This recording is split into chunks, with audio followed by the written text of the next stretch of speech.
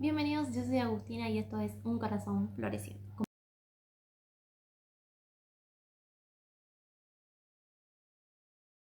Como vieron en el título del video, hoy les voy a compartir cómo pueden empezar a leer la Biblia paso a paso. Como vieron, el título del video hace referencia a cómo era la Biblia con la Lectio Divina. La Lectio Divina es una forma de poder leer la palabra que propuso la Iglesia. Lectio Divina es en latín, que significa lectura divina. Lo que consiste esto es poder hacer una oración y una meditación de la palabra. Y para poder acercarnos a la palabra de Dios, siempre les recomiendo comenzar siempre con una oración para poder pedirle tanto al Espíritu Santo como a Dios y a Jesús que nos ayuden a poder comprender y entender las lecturas del día de hoy. Yo personalmente lo que hago a la hora de leer las lecturas, que se dividen en tres partes, que son la primera lectura, el Salmo y el Evangelio.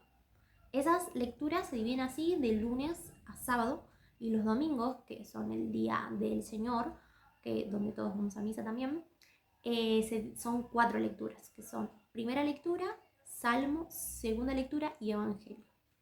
Solamente son los domingos o en fechas especiales, que son 4 lecturas, y de ahí siempre son 3 lecturas. Así es como se divide a la hora de poder leer las lecturas del día. O también lo pueden hacer simplemente leyendo la lectura del Evangelio, que también lo pueden hacer. Y para poder comenzar a leer la Biblia se divide tanto en Antiguo Testamento como en Nuevo Testamento. Ahora bien, la Lectio Divina lo que propone son 4 etapas para poder leer o interpretar de la mejor manera la palabra. La primera etapa es la lectura, como ya dijimos, lectio, que hace referencia a elegir una lectura, ya sea del Antiguo o Nuevo Testamento, y leerla. Muchas veces lo que nos pasa que al leerla una vez no nos queda muy concreto lo que quiere decir la palabra, entonces muchas veces es necesario leerla varias veces para poder entender un poco lo que quiere decirnos.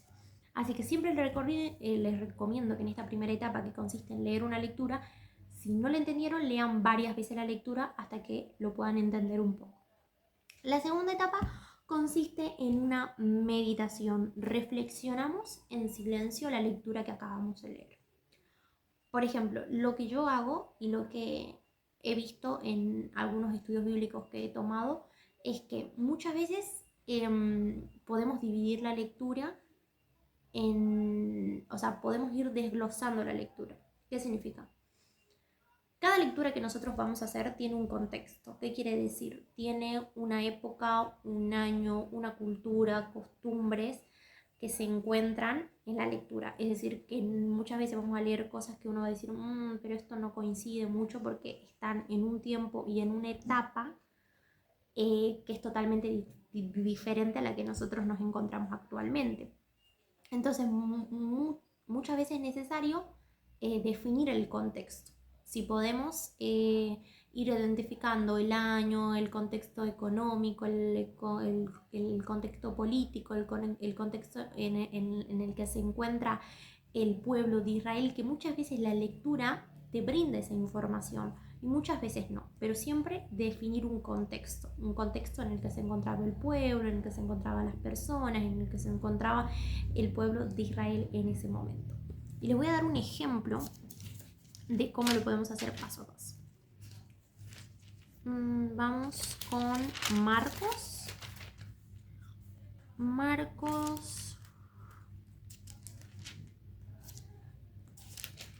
Les digo,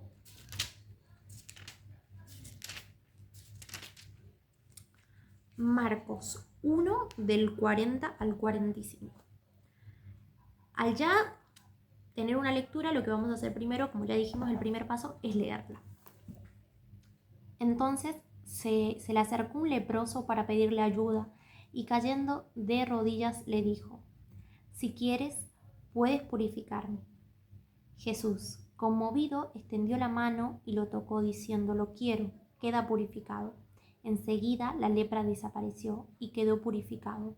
Jesús lo despidió advirtiéndole severamente: no le digas a nadie, pero no le digas nada a nadie, pero ve a presentarte al sacerdote y entrega por tu purificación la ofrenda que ordenó Moisés, para que le sirva de testimonio. Sin embargo, apenas se fue, empezó a proclamarlo a todo el mundo, divulgando lo sucedido, de tal manera que Jesús ya no podía entrar públicamente en ninguna ciudad, sino que debía quedarse afuera en lugares desiertos, y acudían a él de todas partes. Palabra del Señor. Te alabamos. Gloria a ti, Señor Jesús.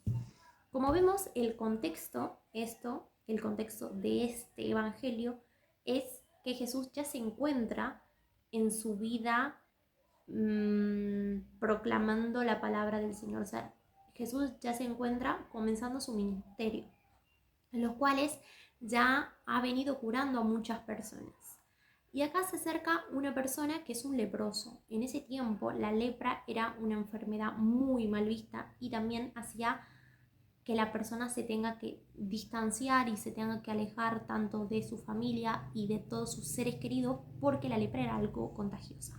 Entonces era muy mal visto en esa época la enfermedad, y también muchas veces muchas personas lo veían como un castigo, ya sea que su familia había hecho algo o él mismo había hecho algo, entonces había hecho enojar a Dios, entonces le enviaba esa enfermedad. Así era visto en esa época la enfermedad. Entonces, ahí ya hicimos un contexto, ahí ya definimos un poco que Jesús se encontraba comenzando su ministerio, que ya venía curando a mucha gente que estaba enferma, y este hombre estaba con una enfermedad que era lepra. Era una enfermedad muy difícil de curarse, y también llevaba mucho tiempo y también era muy mal vista para la sociedad en ese momento. Y también este hombre fue el que decidió acercarse a Jesús. A lo mejor este hombre ya venía escuchando a Jesús, o ya venía escuchando de que él venía ayudando a mucha gente, entonces fue directamente a preguntarle si podía ser curado por él. Ahí ya definimos un poco el contexto, identificamos un poco lo que pasaba con Jesús en esa época y lo que estaba pasando con Jesús, con este hombre en esa época. Ahí ya definimos un poco el contexto. Ahora bien, lo que vamos haciendo con esta lectura, vamos a ir desglosando, es decir, vamos a ir separando parte por parte para ir entendiéndola un poco mejor. Ese sería el segundo paso, que es la meditación. Una vez que ya hemos leído y hemos desglosado un poco esa parte y de la lectura, vamos a meditar en silencio, lo que nos quiere decir esta palabra a nosotros. ¿Por qué meditar en silencio? Porque muchas veces nosotros nos dirigimos a la oración más que todo y empezamos a hablar y hablar y hablar, y esto lo digo personalmente por mí, porque yo también soy ese tipo de personas que habla muchísimo en la oración, pero no hace silencio. Entonces, al no hacer silencio, nosotros no podemos muchas veces escuchar lo que Jesús nos quiere decir. Entonces, al hacer silencio, callar un poco todas esas voces y también callarnos nosotros mismos para poder escuchar lo que el Señor nos quiere transmitir o comunicar por medio de la palabra. Una vez que ya hemos hecho una meditación, vamos a ir al tercer punto, que es una oración. Acá entablamos esa oración con el Señor. Nos dirigimos a Él, le compartimos un poco cómo nos estamos sintiendo, o qué nos está queriendo decir esta palabra, o cómo nos estamos sintiendo con esta palabra, la que estamos leyendo, ¿no? Y ahí sí entablamos un diálogo, una intimidad con Él, en el que conversamos con el Señor. Y una vez que ya habíamos, que ya entablamos esa oración y esa conversación con el Señor, vamos al paso número 4, que es la contemplación. Acá nos quedamos en silencio de nuevo para poder contemplar la presencia del Señor. Como ya dijimos, es necesario muchas veces hacer silencio para poder escuchar al Señor. Si nosotros no hacemos silencio, es muy difícil poder escuchar lo que el Señor nos quiera decir. ¿Cuál es el objetivo, digamos, de poder hacer esta lección divina o utilizar este tipo de herramientas, digamos? El poder acercarnos a la palabra, el poder entender la palabra y que también la podamos aplicar en nuestra vida. También sé que muchas veces no es fácil entender o comprender 100% las lecturas. Entonces muchas veces está bueno que puedan acudir también a otro tipo de herramientas, como son estudios bíblicos, como son internet también, y para poder buscar diferentes reflexiones o explicaciones y de lo que este evangelio nos quiere decir, o de lo que se trata, porque muchas veces como ya dije, es medio difícil poder entenderla. Entonces, hay muchas herramientas en internet y digitales que también nos pueden ayudar a poder entender y comprender un poco más la palabra. Bueno, espero que les haya servido, que les haya quedado un poco claro. Si tienen alguna duda o no de cómo hacerlo, recuerden que la lección divina se divide en 4 pasos, que es la lectura, la meditación, la oración y la contemplación. Estas 4 etapas tienen el mismo objetivo, de que nosotros nos podamos acercar a la palabra y podamos entender y comprender y después aplicarla en nuestra vida. Siempre les digo que antes de comenzar un estudio bíblico, una lectura y de la palabra, siempre pidan al Espíritu Santo que les ayude a poder entender y comprender. Y también utilicen otras herramientas que les puedan ayudar a poder seguir comprendiendo y aprendiendo acerca de la palabra.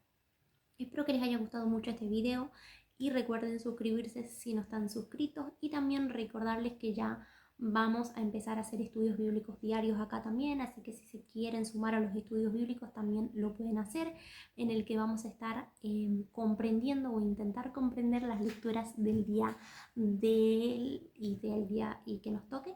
Así que bueno, si eres nuevo por acá o nuevo por acá, te invito a suscribirte para que puedas estar atento de los estudios bíblicos que vamos a empezar a subir.